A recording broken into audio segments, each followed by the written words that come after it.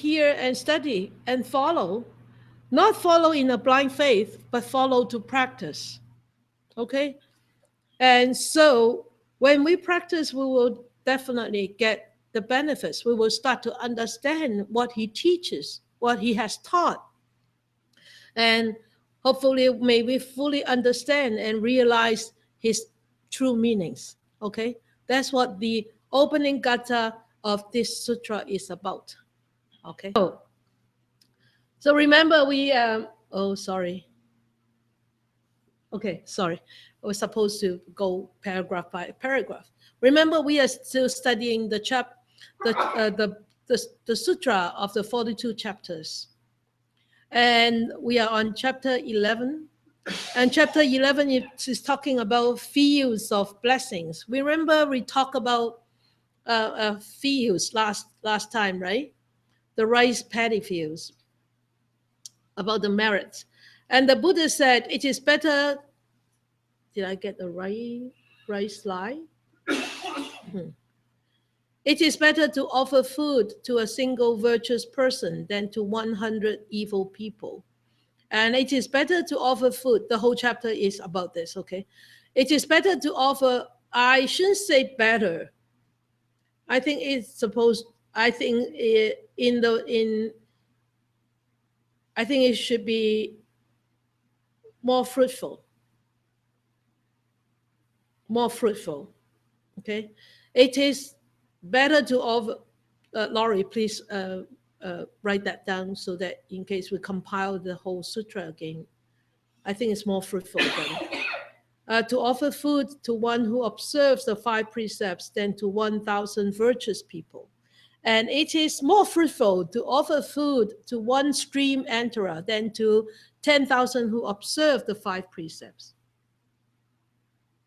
And so on and so forth. It is better to offer food to one's returner than to 1 million stream enterers. I must be very, very tired when I type these things in. It is better to offer food to one non-returner than to 10 million once returners. And it is better to offer food to one arhat than to 100 million non-returners. Wow. And it is better to offer food to one pratyekabuddha than to 1 billion arhats. And it is better to offer food to one of the Buddhas of the 3 periods of time than to 10 billion pratyekabuddhas. And it is better to offer food to one of no thought, no abidance, no cultivation, and no attainment than to 100 billion Buddhas of the 3 periods of time. This is the whole chapter 11. So what chapter 11 is talk about is actually the fields of blessings one gets by offering. Okay? So I think it is more fruitful, is better than better. Yeah? Otherwise, there is a sort of like a comparison. Of course, everything is relative, but still, I think more fruitful would be a better word to use. So in this whole chapter is actually talk about what we can see from all these passages. One virtuous person, you offer one virtuous person, you get more fruits than offering to 100 evil people. And then one who observes the 5 precepts, you get more fruits than offering to 1,000 virtuous people, right? That's the second paragraph. And then the third one is when you actually offer and support one stream enterer, actually you get more blessings than support 10,000 people who actually observe the 5 precepts.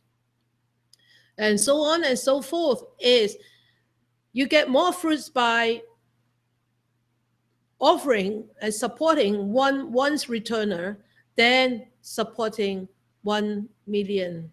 Is that 1 million? 1 million stream enterers.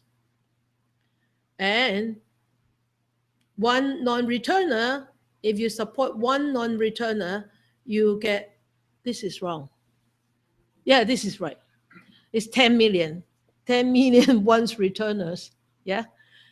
And if you offer to one arhat, you actually cultivate more merits than what you get from supporting a billion non-returners. Is it a billion or 100 million? 100 million is not a billion, huh? Okay. These numbers are very confusing. And if you actually support this pratyekabuddha, then you get more benefits, more merits than when you support 1 billion arhats. And the last two is when you support one Buddha, you get more fruits of blessings than what you get for 10 billion pratyeka Buddhas. At the end, it said, when you support one with no thought, no abidance, no cultivation, and no attainment, you get more than when you actually support and offer to 100 billion Buddhas of the past, present, and future.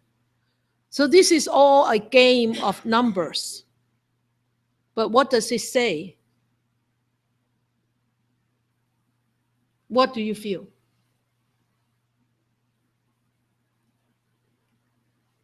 How important it is to try and follow the path. How important it is to try to follow the path. Very good. Joanne? I'm very confused by the terms. Yes, I'm going to explain the terms. Okay. But what do you feel about this? There's a difference between the no thought, no abundance, no cultivation, and the evil people. So the difference between those two, I'm trying to figure out what's the difference between an evil person and one with no thought, no abundance, no cultivation, no attainment. Oh, I'm trying to figure that out. okay. All right. Anybody else have any offering of? I think, I think the most meritorious the person is, you even know the meritorious.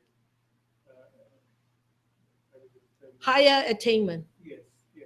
What you do, you get more merit. But what about the last one?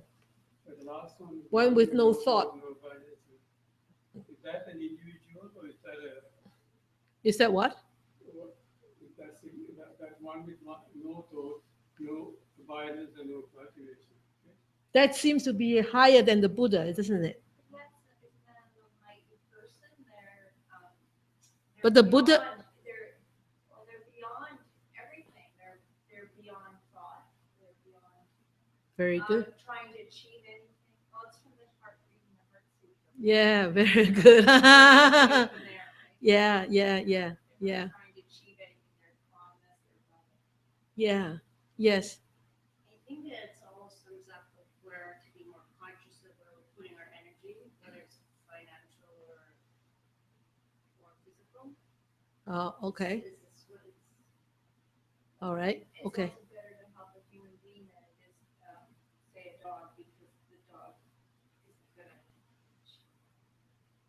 be able to understand the dog. Okay. All right. Yeah.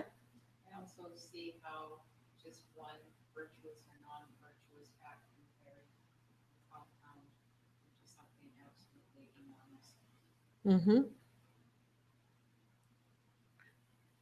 Yes, Sue? I was thinking that if you support someone like the Dalai Lama, that he can do so much good. Mm-hmm. So it's, maybe more than, someone who's just beginning. Mm-hmm. Okay. Yeah, Paul? To me, it's a scale of work to be done. It's a scale Yeah. of how much it actually takes to accomplish the A scale of practice, a scale of work on the path of the practice to the total complete liberation. Right? Mary, you put your hand up. Thank you.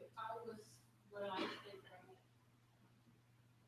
myself is that the practice, the more, I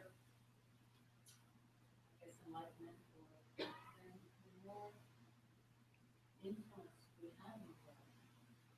And so, yeah, this way, Yeah, okay. Yeah, Varsha. Really simply too, it looks at quality is more important than quantity.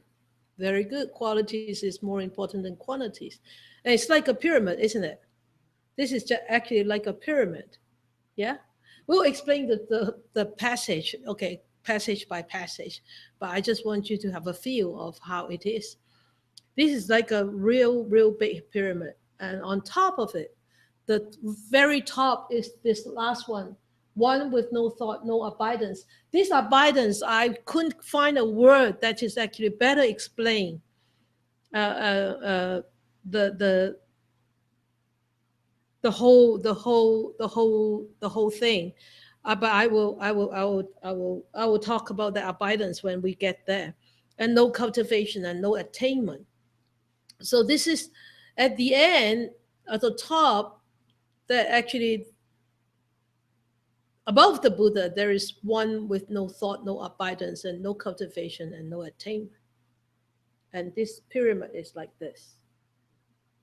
Yeah? Okay. Yeah. Of course. Yeah, of course, you won't understand. Yeah. Then we will go through the passage, okay? We'll go through the whole chapter. But it's just that I want to give you a glimpse of what this whole chapter talks about. Is actually talk about this pyramid. All right. And okay, so last chapter we talk about the types of blessings and the nature of the blessings, and then the blessings will never be depleted like the torch, right? Like the torch, if somebody come and lit up the candle or lit up the stake, it will not diminish that torch of flame. No matter how many sticks are there to get the flame from that main torch. Okay?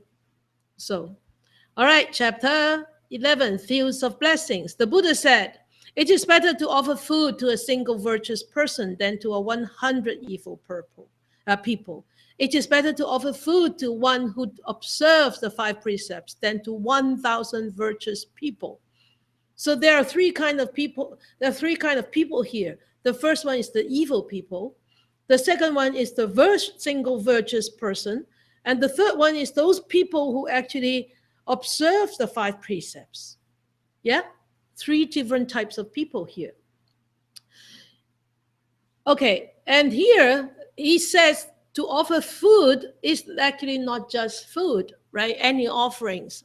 So how many types of offerings do we have? We mentioned that before. Very good. Shelter, food, clothing. If I get ill, medicine. Yeah. Okay. All right. So these are some kind of offerings that one can offer to sangha, to monastics. All right. So here it says evil people. Okay, this young man said, I'm thinking of what's the difference between this evil people than the one on the last. What are the guidelines when you talk about evil or unwholesome? Let us change this word to unwholesome. Laurie, huh? Unwholesome people. Okay. So what is considered unwholesome? Something that reflects somebody else. Huh? An action or words that reflect somebody else. Okay. Anybody else? Somebody that kills, yes.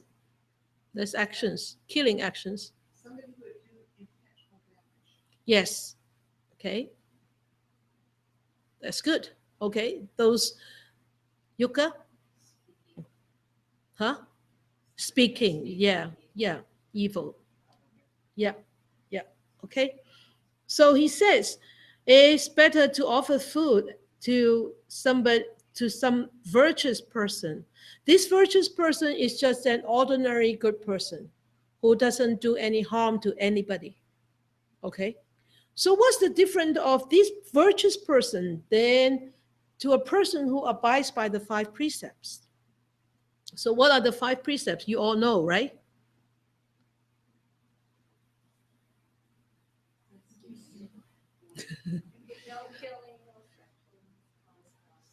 No stealing, no killing, no sexual, no lying, no intoxicants. Okay, so before you take the 5 precepts, what do you need to do? Renounce. Okay, what do you do before you take the 5 precepts? Which is the first step? The 3 refuge. Yeah, the refuge in the Buddha, the refuge in the Dhamma, and the refuge in the Sangha. Then you go to a 5 precepts. So the taking the refuge is the basic, right? And then the next step, the pyramid, you go up a little bit. Then there's the 5 precepts, and then it will be the 8 precepts, and then it will be the 10 precepts, and then it will be, like me, 345 precepts. You know, it's easy, no problem. Did you feel that I'm very burdened by those precepts? No. Okay, so why would you think it is better to offer food to one who observes the 5 precepts than to 1,000 virtuous people? Why?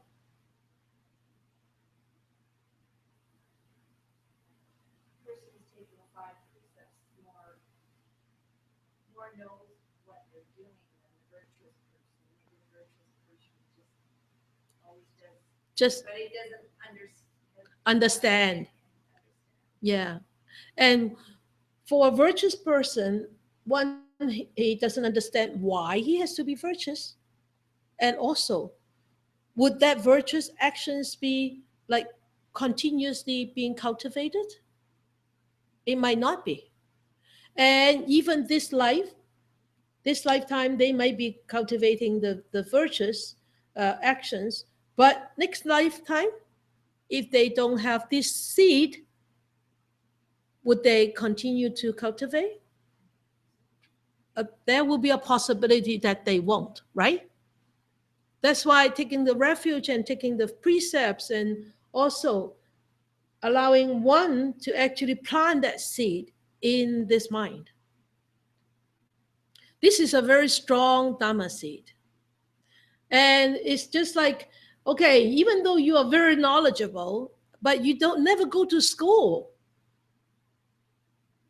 you don't get a certificate, you don't get a degree, you don't get a PhD, then even though you are so knowledgeable, but would people start to consult you?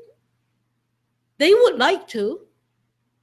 They would like to, but it's difficult in the community to put you up there while somebody equally as knowledgeable as you, but has all these alphabets behind them. Yeah? Then they would choose who? They would choose those one with the alphabets, right? So that's why that's a good analogy, isn't it? Yeah. And so that's why it's actually so important to start committing oneself, because once you start to committing oneself, taking the refuge, taking the 5 precepts, a virtuous person can be also very edgy. Sometimes they get, oh, well, I get acquainted with some friends and, oh, that's okay. I do this and I do that. But if you have taken the 5 precepts, then hey, I'm going overboard. I crossed my boundaries because I committed myself, not committed to the 5 precepts. I committed myself to keep the 5 precepts as my life guideline. then if there is a guideline, then you know when you're going off. Then you, oh, come back. You go off, you come back, right? So that is very important. That's the difference between just a single virtuous person than to a person who actually taken the 5 precepts. Okay? And it is better to offer food to one stream enterer than to 10,000 who observe the 5 precepts. The stream enterer, that means one has actually entered the stream of practicing the path. This stream is the path. What is the path? The path of cultivation of morality, the path of cultivation of samadhi. Samadhi, that means strong focus, concentration. That samadhi is different than the samadhi compared to a hunter. The focus and the concentration is different than that to a hunter, or than that to a girl who is walking on wire at the circus. The girl walking on the wire in a circus is trying to perform for the money and trying to focus so that she doesn't fall to be killed. But the concentration that one person is actually cultivating is called Samma Samadhi. The Samma Samadhi, the right kind of concentration, comes from the cultivation of the right kind of mindfulness, the Samma Sati. The right kind of mindfulness comes from using the right kind of tools. What are the right kind of tools?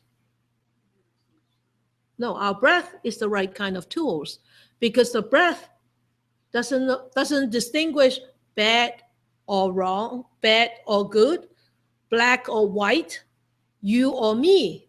It's only my own breath. The breath itself is pure. It doesn't take any stand. So the sati, the mindfulness that you cultivate using such a pure object, is a pure kind of mindfulness. And the pure kind of mindfulness will lead to a pure kind of focus and concentration. That's the Samma Samadhi. Okay? So that's the second step, the path of the second step of the path. And the third step of the path is the panya. Panya, that means wisdom. The wisdom that comes from this Samma Samadhi. When the lake is clear, very clear, when there is no wind, and you are observing, and you could see through the lake to the bottom, and you go to the Veda River. I went to the Veda River the second day after my dad passed away. I walked along the river, and there was no wind, and I could see the river. I could see all the rocks on the bottom of the river. It was so clear, and the color is so beautiful. It's so different kind of blues and greens and turquoise color. Beautiful.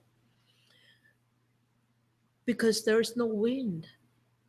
There is no wind, there won't be waves. There is no wave, then you will see through to the bottom of the river. And that's the same with our mind.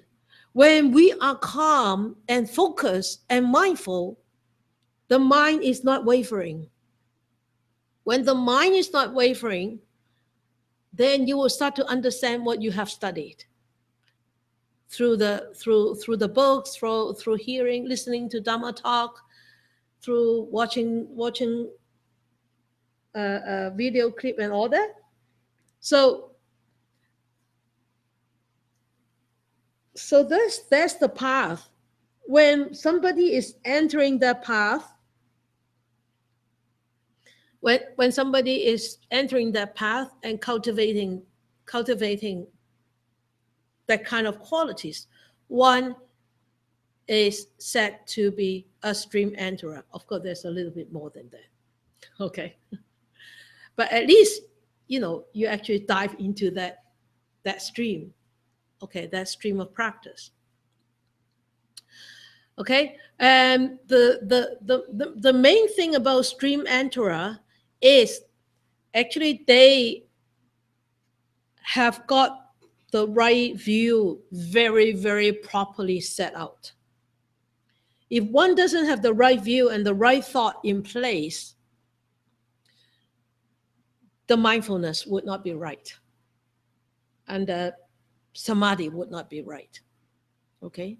So that's why I always tell people who actually want to come and learn meditation is you have to have a right view about meditation. If you do not have a right view about the meditation, then you will start to look for things, to look for other things, other meditation techniques than the one that help you to liberate yourselves from your own entanglements. You understand? There's so many different kind of meditations outside in this market now. It's so flourishing. But one has to particularly careful. Just because it is so flourishing, one has to even more careful. As I said in the meditation is, we go on the path not to take anything more in, is to eradicate more, is to remove more. Okay? So if your intention is to get things in, is to create more things for you, then that's a wrong path. Yeah? Agree? Disagree? Doesn't matter. You choose your own path. Your karma leads you to choose your path. But if you have the right view and the right thought constantly in place, you will remember and you will force yourself to come back to the path. Somebody asked me a question 2 days ago. Not here, not in Canada. From China. One of my student friends asked me, her fortune teller told her that she's going to have 3 boyfriends. Not 3 boyfriends, 3 men in her life. She's married with a child, 11 years old. And now she's with a boyfriend. So there's one more to come, right? So she wanted my student to ask me of my advice. I said to my student, I said, yes, your karma said, okay, whatever the fortune teller tell you, if it is really true, that means they can read to your past life. That's very possible, okay? That's very possible. Your past life doesn't mean that your future life will be like this. If somebody tells you that you're going to have 3 boyfriends in this life, then you believe in that, then you okay, I have 1 boyfriend, okay, I count the second one and the third one, oh, wonderful, 3 boyfriends. Then you fulfill the wish, so you fulfill your karma. And you think that cannot be changed? Do you think that can be changed? Yes. Of course, otherwise why would we practice, right? Why would the Buddha be so compassionate to come out to teach us? Why would he say everything is impermanent? Why would he say you have to liberate yourself from your own craving? Why would he say that you are your own master of your own mind? Why would he say that? If it cannot be materialized, that means he's a liar. But we know the Buddha is not a liar because we experience what he taught. So I said to my student, I said, you tell her, yes, her life is destined to have 3 men. She already has 2. She can stop this. She can stop this cycle by saying no. Because she has a commitment to her marriage. If she would have committed herself completely to this marriage without following into that old habit pattern of her past, then she would have stopped even the second boyfriend.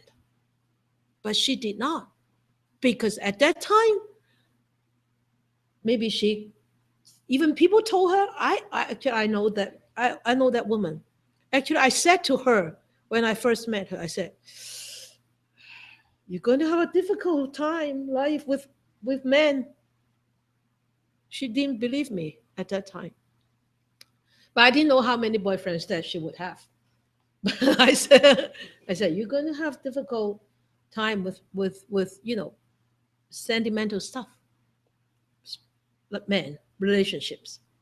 She wouldn't believe me. Now, after like how many years? 7 years? Then there's the second man and the third man. So I said to her friend, I said, you pass the message to her, tell her, she is the one who can stop this.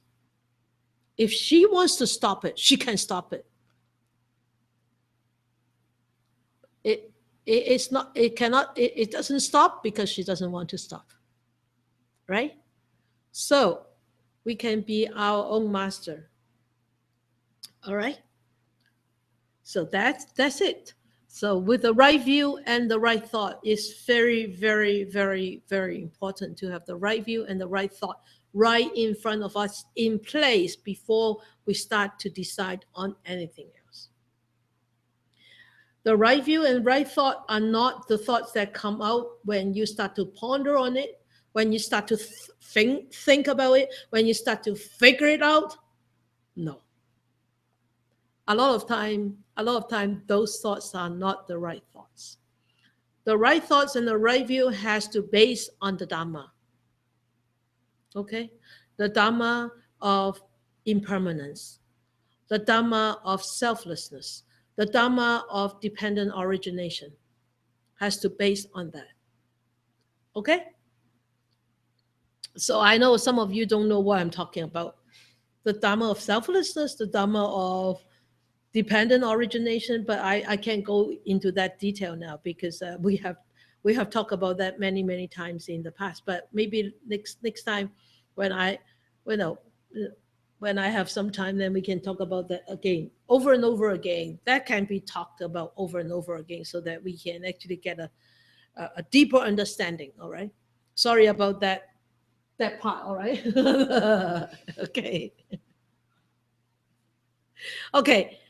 So when we talk about the 5 precepts, or extend it to the 10 unwholesome deeds or the 10 wholesome deeds, so we are actually talking about how we actually abstain and restrain ourselves. And the 10 wholesome deeds extended from the 5 precepts is, the first one is not to kill, right? The second one is not to steal. And the third one is not to commit adultery. And this is the 3 bodily behaviors, the 3 bodily actions. And then the fourth one is not to lie. The fifth is not to use harsh words. Yeah? What about the 6th one? Gossiping, okay? No gossip. What about the 7th? Slandering, very good. That's the 4 verbal behavior, right? And then the mental part. So the first 1, 2, 3 is bodily, physical. 4 to 7 is verbal here. And 8 to 10, 8 is envy or greed.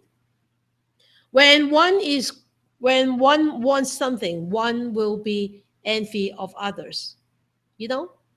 And then if they don't get it, then they get angry. anger, animosity.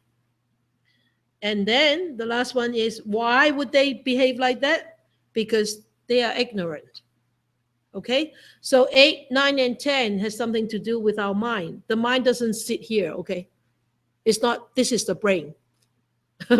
People think always the mind is here. No, the mind is somewhere in this body. All right. So this is this is the 10 wholesome behaviors that we would try to abstain and restrain ourselves not to perform.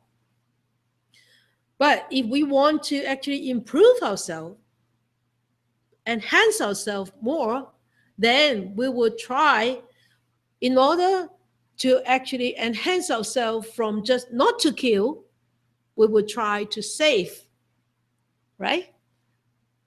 We'll try to save a cricket this morning from the pool, from the fountain. A cricket that actually swims. You've seen a cricket that swims? Oh, but I thought that is a different cricket though. It's called water cricket probably. Really? Oh, so smart. Water cricket. You know, we used to eat water cricket when we were little. The cricket was that size. And in Hong Kong, we had like lamppost, green lamppost, and then the lamp, like they open up like this, and the cricket would be there, whole. And then we used to pick the crickets, and Mom would just blanch them, right, Sister Ha? Yeah. They said this good for the kidney. Oh, good for the kidneys. Sorry, sorry, crickets. May you be happy. May you be reborn in a new life. So that my body is here, still here. I didn't eat much, but I remember we used to eat. But anyway, well, people eat termites, right? People eat termites. But anyway, okay. So not to steal is one that we want to abstain and restrain ourselves. But can we go further than not to steal? What can we do? Give, very good. Okay, and not to commit adultery. Can we, huh? Chastity? What is that? You don't have refrain. Celibacy. Very good. Celibacy, right? Yeah, that's the easier word. That's the word that I understand. Okay. And not to lie. Being honest. Very good. And not using harsh words. Gentle, mellow, soft words, right? No gossiping brings harmony, isn't it? Yeah. You don't say this person in front of that person, that person in front of that person. You keep that whole place in harmony. And no slandering speech. Huh? Praising. Yeah. Straightforward, I would say. Straightforward. But straightforward in a very wise way. Yeah? Like I said last time, I was very straightforward and I make a big mistake. Gosh, I don't think that can ever be rectified. But I had a very good intention. No envy, greed, and we rejoice in others. We rejoice in others, behaviors or achievements, And no anger, no animosity. That's so simple, isn't it? Compassion, isn't it? And loving kindness, right? And not ignorant. That means we are very wise. Very good. So isn't it nice to actually enhance oneself? Right? And we are very lucky to have a human life because we have the ability to study, and we have the ability to understand, and we have this body for us to use as a vehicle. That's the most important. Whereas those who are born into those heavenly beings, they don't have this body to practice, right? Because they are formless. Yeah. So he said, it is better to offer food to once returner than to 1 million stream enterers. And it is better to offer food to one non-returner than to 10 million once returners. So the once returner, that means those who have actually eradicated their karma, eradicated their craving and anger and ignorance. So we call those once returner. That means how many times they will return again to become a human being? Once. One more rebirth, yes. Okay. So, and the non-returner are those people who have actually completely eradicated all the craving and anger in the sensual world, and they will not be reborn in the sensual world anymore. But for the once returner, they will still come back to the sensual world once more time because it's not completely eradicated yet. The sankhara, all right? The old habits, the sleeping volcanoes are still not completely eradicated, all right? So it is actually have more higher blessings to offer to once returner than to a stream returner, and to non-returner than to a once returner. Okay. It's so complicated. It's so confusing. And it is better to offer food to one arhat than to 100 million non-returners. It's the same, because arhat is somebody who has actually eradicated all their sankharas and the fetters, completely eradicated. Remember, there's no one tinge of attachment. Remember Ananda? Yeah. Oh, I can attain arhat. I can't be an arhat. I better go to bed. It's too tiring. And once he put the head on the pillow, his mind is completely calm and free, and not one thought about enlightenment. And he became enlightened. He became an arhat. So, and it says here, an arhat is no more return to the three worlds, not just the sensual world, but the three worlds. What are the three worlds? It's up there. Okay, we call it Triloka. Okay, the first one is Kamaloka. Kamaloka is the world of desires. That means this world, the world that we are in, sensual world. Yeah, this is a Kamaloka. So the once returner is in the Kamaloka. The stream enterer is in the Kamaloka. And the virtuous people are in the Kamaloka. The five precepts people are in the Kamaloka. And those evil people are definitely in the Kamaloka. Right? Okay? And this is all populated by human beings, by animals, by ghosts and lower gods. All right? This is Kamaloka. And the Rupaloka, that means the world of form. And this is predominantly free of the basic desires, okay? And this is actually populated by people who have very high jhanas.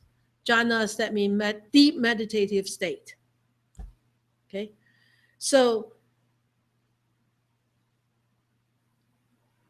this, if people are in the Rupaloka, they will probably be probably be reborn in the Rupa Loka, in the world of the Rupa Loka.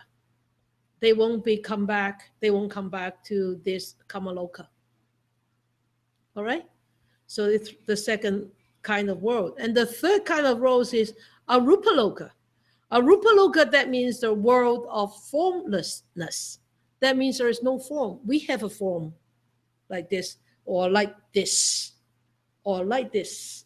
You know, we have a form, okay? But in Arupa Loka, there is no form. That means there is no body. There is no physical body. And you will say, is that real? Is that real? Oh yeah, it is. If that Arupa Loka, actually you can, sometimes some people can experience that in the meditative state. Is the body completely dissolved? And there is no boundaries. And there is, the body is so light that you think that you're not existing anymore. And you open up your eyes and you say, oh, you're still there. Okay, that is the experience of Arupa Loka. And this is actually sort of like a heavens, all right? A heavens. And these are the possible rebirth destination of those who actually continuously practicing the 4 different kind of formlessness meditation.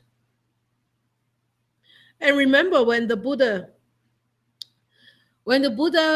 attained his enlightenment and he was going to come out to teach, and he thought about his 2 teachers.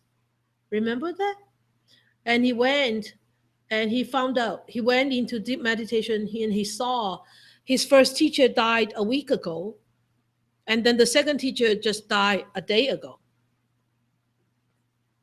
And then people afterwards, his students asked him, why didn't you go to teach your teachers? He said, I can't, because they are in the Arupa Loka.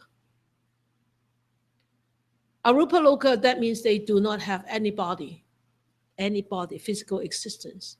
And the teachings, the main core of the teachings of the Buddha is we are using this body,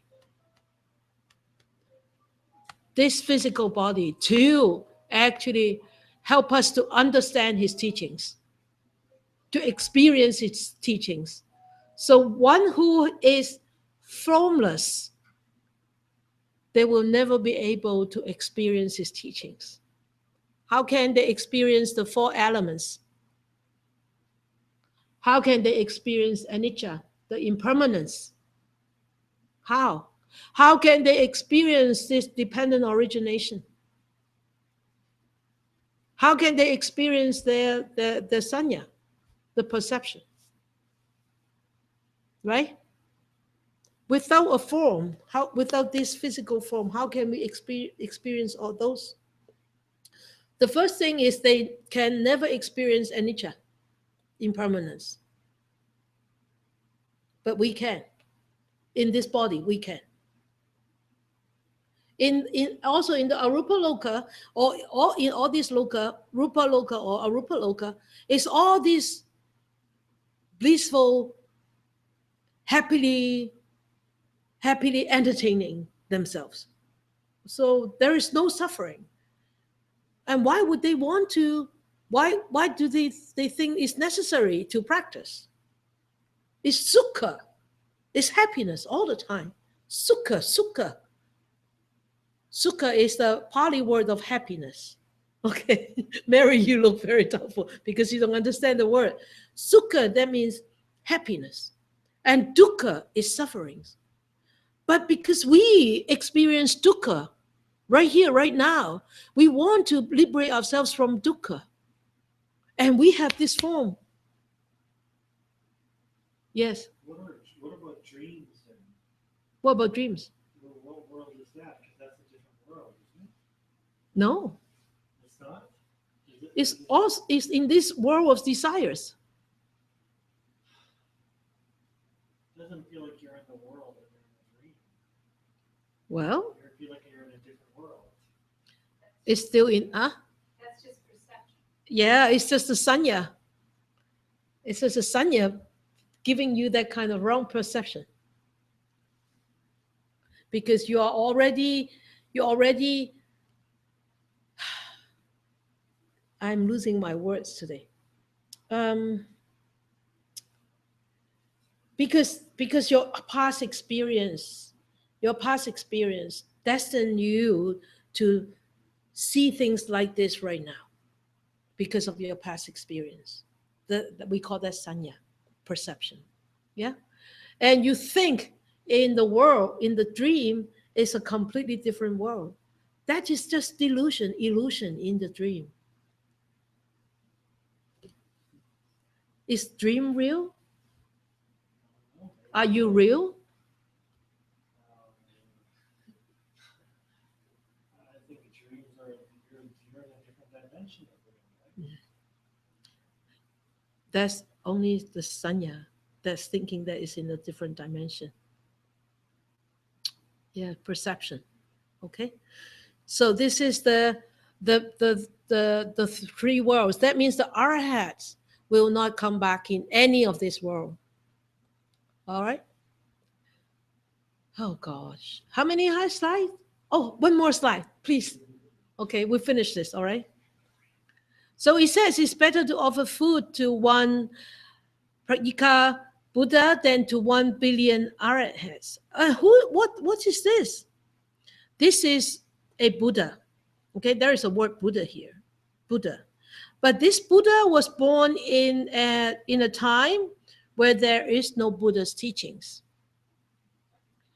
And he actually look around and understand, hey, this is impermanent.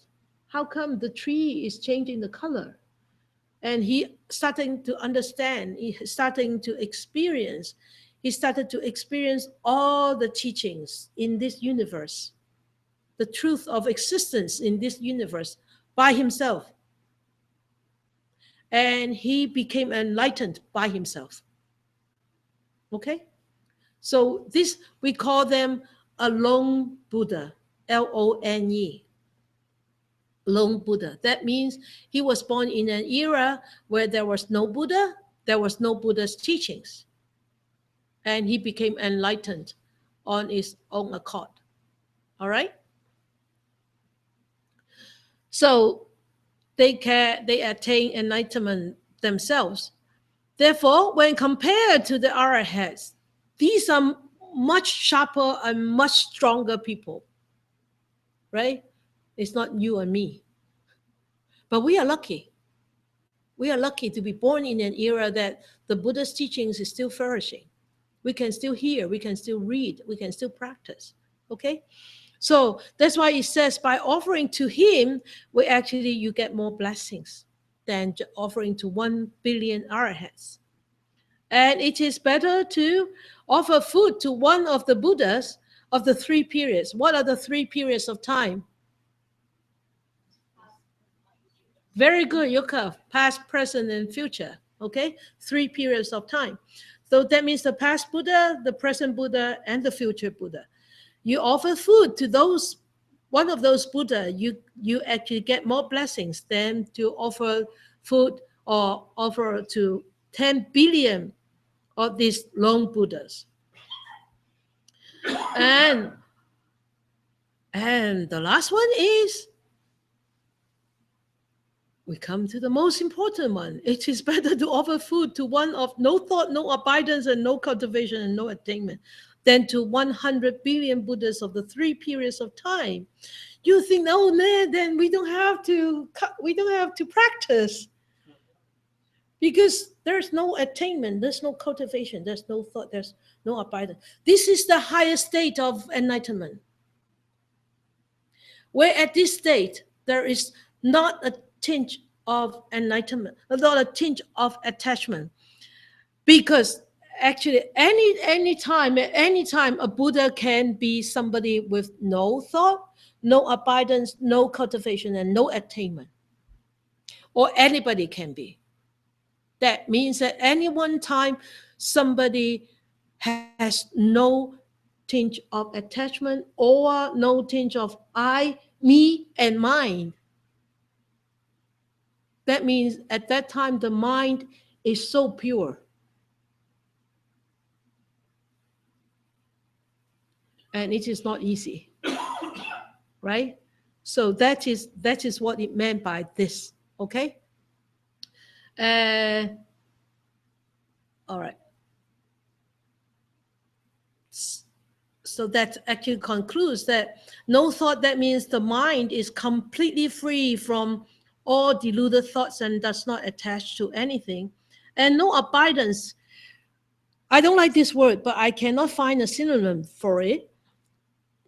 I want to explain myself a little bit better. It means, for example, that means somebody is not staying in that state of the mind. For example, when you offer, you don't sort of say, okay, I am offering, and this is what I have offered, and this is who have received the offering. That means I have no attachment whatsoever in that offering or in that person who actually receives my offering. It's so difficult to put it in English, and in Chinese it's so simple. 無住. Huh? Yeah, the emptiness, complete emptiness. But in English, I find it's so difficult. I'm trying to dig into my head, trying to find a word. And I went through the Diamond Sutra, and it says no standing. No standing. You stand and you know standing. You understand? Can it be no distinction? Like you're just so present.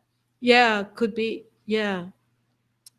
No distinction, no this and that. It's like a pure action. Yeah, but But I don't understand why a person who has no thought, no guidance, no contemplation for a particular moment has been put higher than a Buddha. Because if it's a person who is trying very hard and practicing, no, it's not at any moment that we can have this, but this is a continuously no thought and no abidance, no cultivation and no attainment. so what is the difference between that and a Buddha? Because a Buddha has reached a stage when he is having no attachment, no more attainment because he's attained. So what is his state that is higher than a Buddha? I don't understand that one. You don't understand that one. That is a very difficult to understand. Yes, but the Buddha is still a Buddha. The Buddha at any one time is still trying to save or to liberate beings, and there is a thought there, isn't it? When the Buddha has a thought to liberate beings, then there is a thought there, isn't it? Huh? But there is no thought here. That means you are doing things without ever having a thought. But isn't that stage reached below samadhi when you have that has Oh, that is way beyond samadhi. and after the That is way beyond samadhi. after the breath has disappeared and when all the desire is gone and then all thoughts stop, your stillness, is that not what they mean by no thought? The mind is so still, not that?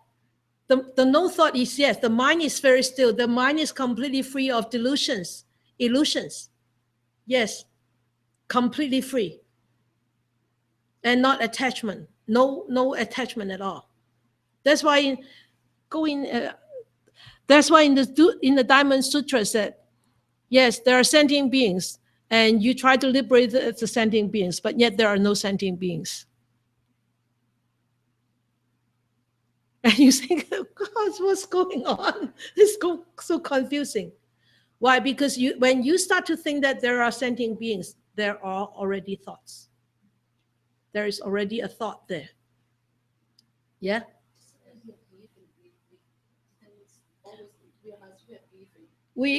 That's why when breathe, okay, she gives an example is that when we breathe, there is no thought of wanting to breathe.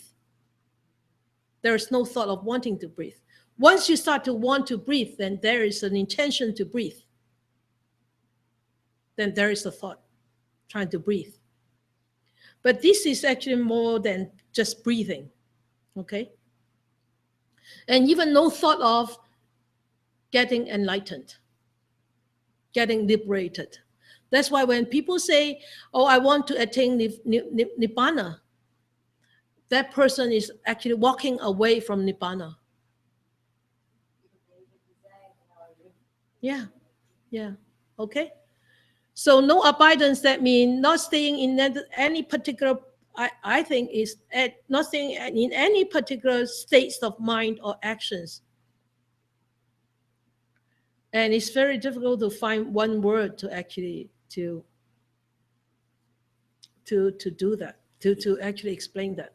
Is the 3 periods of time Buddha, is that like, so that's like, is that saying the Buddha which is eternal?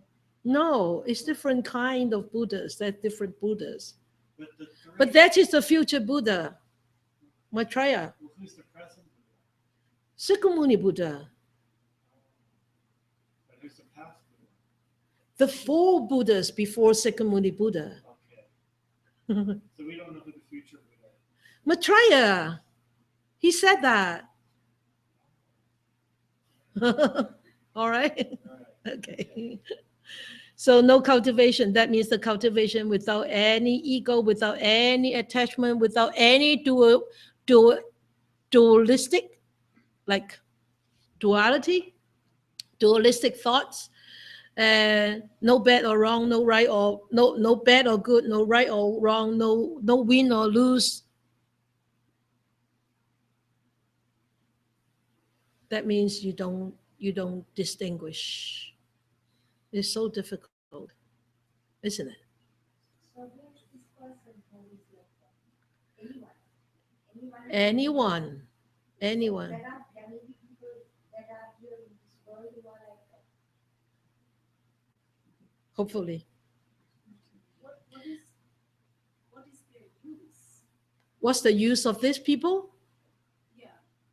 Because like can they be helping other people? Of course.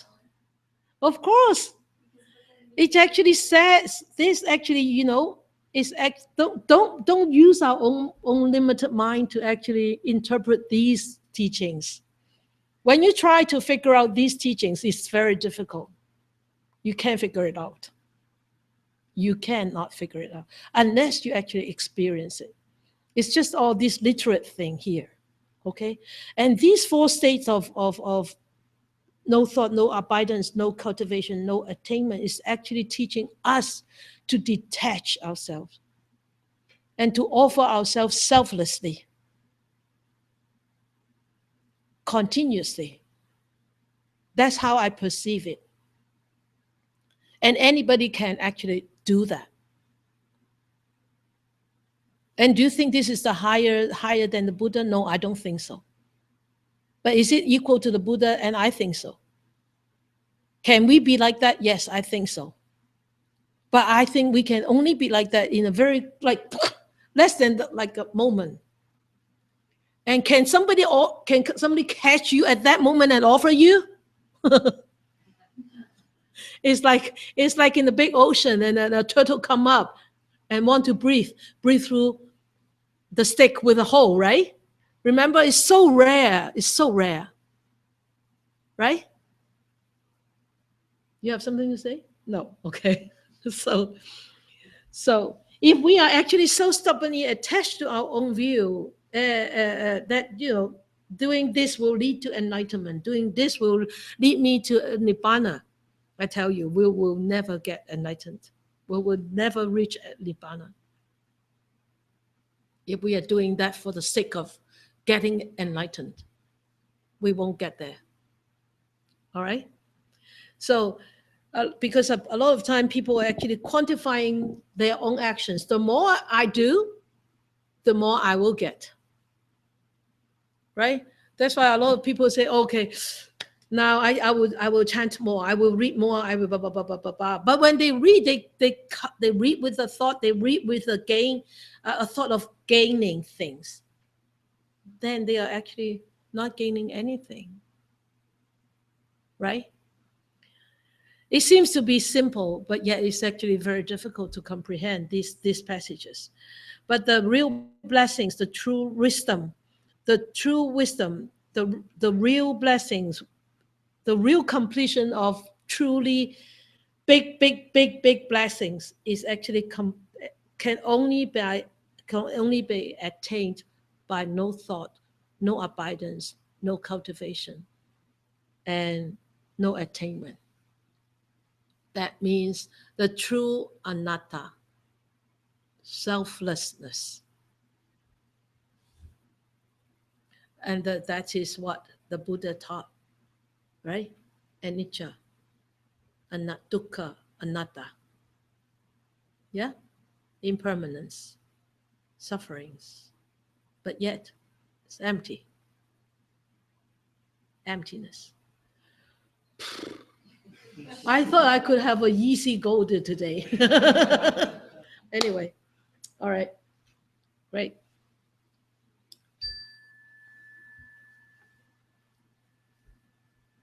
Let us dedicate our merits. Bring our attention back to this physical body.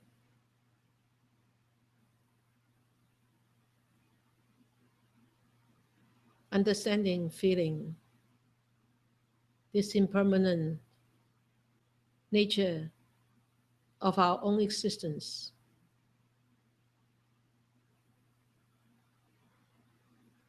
And at this time, we allow a good thought to arise on our mind. For all the benefits that I gather tonight, may I share with all beings, human, non-human, visible, invisible, far or near, big or small. May they be free of enmity. May they be free of miseries. May they start to live in a world of brightness, warmth, and experience love and peace, and be happy. May more and more people would open up their heart to receive, to encounter the teachings of the Buddha and walk on the path to liberate themselves from their own entanglements and to become happy and peaceful.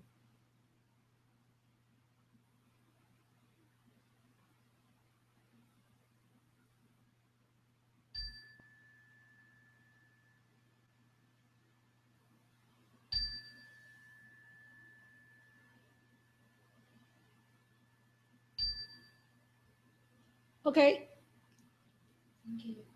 Good night. Good night. You know, a lot of time the Buddha's teachings are actually very difficult to comprehend. That's why he said, my teachings is profound. And so whatever state we are at, we are just happy the way we are. And try to walk the path continuously, diligently, and patiently.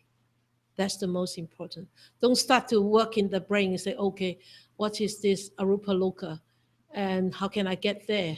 So, no, if you are in the loka, stay in the loka and practice in the loka, okay?